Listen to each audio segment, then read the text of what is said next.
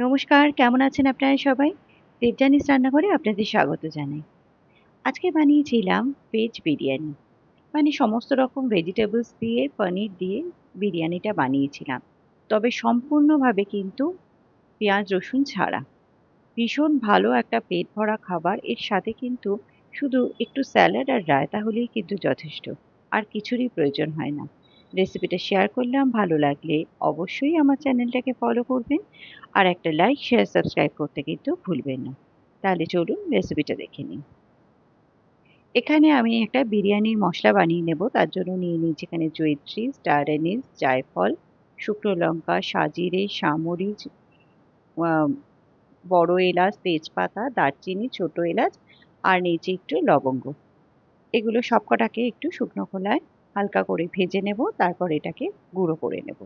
আপনারা চাইলে কিন্তু কেনা মশলাও ইউজ করতে পারেন, তবে আমি এটা ঘরেই বানিয়ে নিয়েছি। তবে বিরিয়ানি মশলায় আরও অনেক কিছু পড়ে, আমি কিন্তু এগুলো দিয়েই বানিয়েছি। এবার এটাকে গুঁড়ো করে নেব ঠান্ডা করে। এখানে নিয়ে নিয়েছি কাজু আর কিশমিশ। এবার প্যানের মধ্যে দিয়ে দিচ্ছি কিছুটা পরিমাণ তেল। তেলটা গরম হয়ে গেলে এখানে কাজুটাকে আগে ভালো করে ভেজে তুলে রাখবো।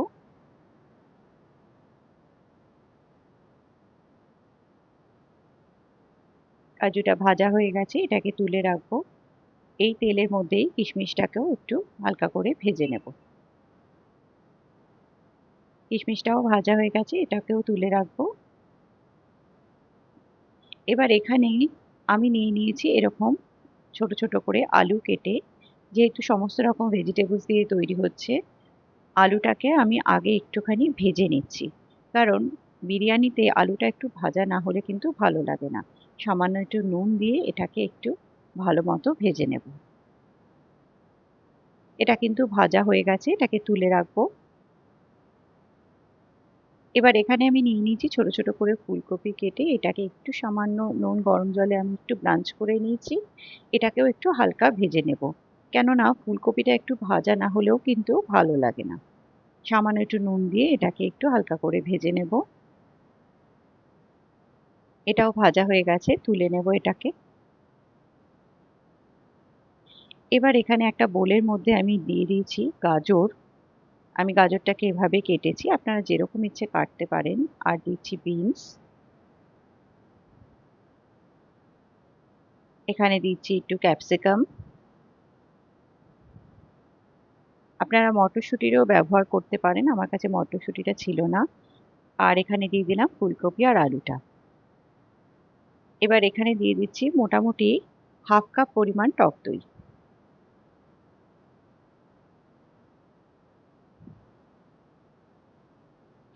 দিয়ে দিলাম সামান্য একটু আদা বাটা। এবার দিয়ে দিচ্ছি 2 চামচ ধনে গুঁড়ো, 2 চামচ জিরে গুঁড়ো, সামান্য একটু হলুদ গুঁড়ো আর দিয়ে দিচ্ছি একটু কাশ্মীরি লঙ্কার গুঁড়ো। এখানে বিরিয়ানি মশলাটাও আমি গুঁড়ো করে নিয়েছিলাম, সেটাও একটু ছড়িয়ে দিলাম এর মধ্যে। এবার এটাকে ভালো করে মিশিয়ে ম্যারিনেট করে 10 মিনিটের জন্য একটু সাইড করে রেখে দেব। এটা ম্যারিনেশন হয়ে গেছে, এবার এটাকে ঢেকে 10 মিনিটের জন্য একটু রেখে দেব। এখানে ভাতটাকে আমি অলরেডি করে নিয়েছি, 80% মতো কুক করে নিয়েছি। জাস্ট আমি গরম জলেই করেছি, কোনো রকম কিন্তু মশলাপাতি দিইনি। আর পনির এরকমভাবে একটু বড় সাইজ করে কিউব করে কেটে নিয়েছি। এখানে সামান্য একটু প্যানের মধ্যে দিয়ে দিচ্ছি বাটার। এর মধ্যে আমি পনিরগুলোকে একটু ভেজে নেব। দিয়ে দিচ্ছি একটু নুন আর একটু হলুদ।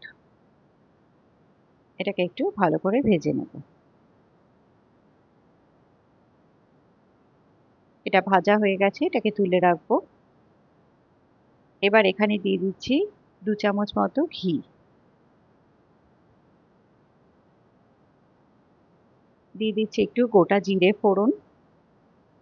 এবার যেই ম্যারিনেশন করা সবজিগুলো ছিল সেগুলো সব এখানে দিয়ে দিচ্ছি। এবার এখানে দিয়ে দিচ্ছি পরিমাণ মতো নুন আর দিয়ে দিচ্ছি একটু গোলমরিচের গুঁড়ো। এটাকে ভালো করে মিশিয়ে নিয়ে একটু কষিয়ে নেব। সমস্ত মশলার সাথে ভেজিটেবলসটাকে একটু ভালো করে কষিয়ে নেব।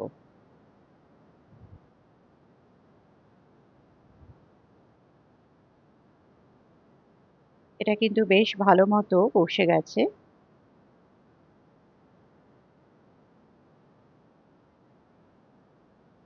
এবার এখানে দিয়ে দিচ্ছি একটু পরিমাণ মতো জল। খুব বেশি জলের ব্যবহার করব না, যাতে একটু ভেজিটেবলটা সেদ্ধ হয়ে যায় আর একটু কাই মতো থাকে, সেরকমই জল দিলাম। এবার এটাকে ঢেকে একটু সেদ্ধ করে নেব। ততক্ষণে এখানে দিয়ে দিচ্ছি মিক্সিং জারের মধ্যে 5-6টা কাজু আর 2 টেবিল স্পুন মতো পোস্ত। এটাকে একটু গুঁড়ো করে নেব। এবার এর মধ্যে দিয়ে দিচ্ছি একটা কাঁচা লঙ্কা আর কিছুটা পরিমাণ জল দিয়ে এটার একটা পেস্ট বানিয়ে নেব। এখানে কিন্তু ভেজিটেবলসটা পুরো সেদ্ধ হয়ে গেছে। যদি একটু আধটু শক্তও থাকে কোনো অসুবিধা নেই, যেহেতু এটা দমে দেওয়া হবে। এবার এখানে কাজু আর পোস্তর পেস্টটা দিয়ে দিলাম, সামান্য একটু জল দিয়ে দিলাম, দিয়ে দিচ্ছি ধনেপাতা আর দিয়ে দিলাম একটুখানি চিনি। যেহেতু এখানে কোনো রকম পেঁয়াজ রসুনের ব্যবহার করা হয়নি, কোনো রকম বেরেস্তা দেওয়া হয়নি, চিনি কিন্তু না দিলে একটু স্বাদটা আসবে না। ওটা হয়ে গেছে, ওটাকে সরিয়ে রেখে এখানে আমি আরেকটা বাসন নিয়ে নিয়েছি, যার মধ্যে আমি বিরিয়ানিটা সেট করব। তার মধ্যে সামান্য একটু ঘি দিয়ে ম্যাক্সিমাম সবজিটাই কিন্তু আমি নিচে আগে দিয়ে দেব, কাইটা শুদ্ধ। তার ওপর দিয়ে দিচ্ছি রাইসটা। রাইসটা কিন্তু আমি 80% মতো কুক করেছিলাম।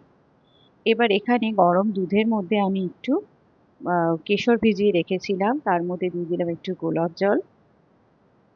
এটাকেও আমি এর ওপরে কিছুটা ছড়িয়ে দিচ্ছি।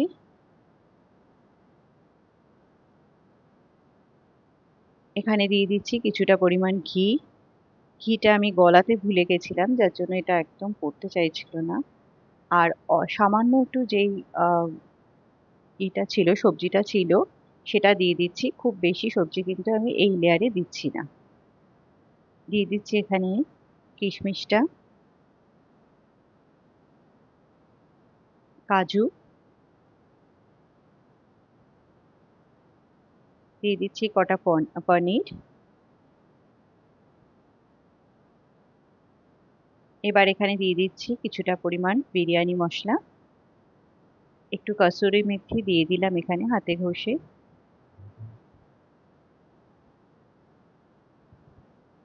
এর ওপর আরেকটা লেয়ার দিয়ে দিচ্ছি রাইসের, তবে এটা কিন্তু খুব বেশি মোটা লেয়ার করিনি। এবার এখানে দিয়ে দিচ্ছি একটু পরিমাণ মতো নুন, একটু চিনির গুঁড়ো। চিনিটা এখানে কিন্তু না দিলে টেস্টটা আসবে না, তবে এই লেয়ারে কিন্তু গুঁড়ো চিনিটা ব্যবহার করলেই ভালো। এখানে বাকি যে দুধটা ছিল কেশরের, সেটাও দিয়ে দিলাম। সেম ভাবেই সবকিছু আবার ছড়িয়ে দিতে হবে। দিয়ে দিলাম কিশমিশ, কাজু, পনির,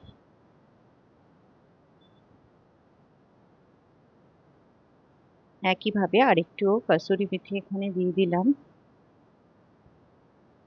আর দিয়ে দিচ্ছি বিরিয়ানি মশলা। এখানে কিছুটা পরিমাণ ঘি দিয়ে এবার এটাকে দমে বসাতে হবে। এখানে আমি একদম লো ফ্লেমে এটাকে মোটামুটি 20-25 মিনিট মতো কুক করেছিলাম। আর এখানে যেই হোলটা ছিল, সেটাও কিন্তু আমি আটা দিয়ে আটকে দিয়েছিলাম। এটা কিন্তু একদম সম্পূর্ণরূপে হয়ে গেছে। এটা দেখে বুঝতেই পারছেন কতটা সুন্দর হয়েছে। সবকিছু কিন্তু সুন্দর মতো সেদ্ধ হয়ে গেছে। আর এটাকে ঠিক এভাবে নিচ থেকে নিয়ে এভাবে কাটিংটা করতে হবে। এবং এটা কিন্তু একদমই ড্রাই খেতে লাগবে না, যে বিরিয়ানির সাথে অন্য কিছুরই কিন্তু আর প্রয়োজন হবে না। আশা করি রেসিপিটা ভালো লেগেছে, অবশ্যই জানাবেন।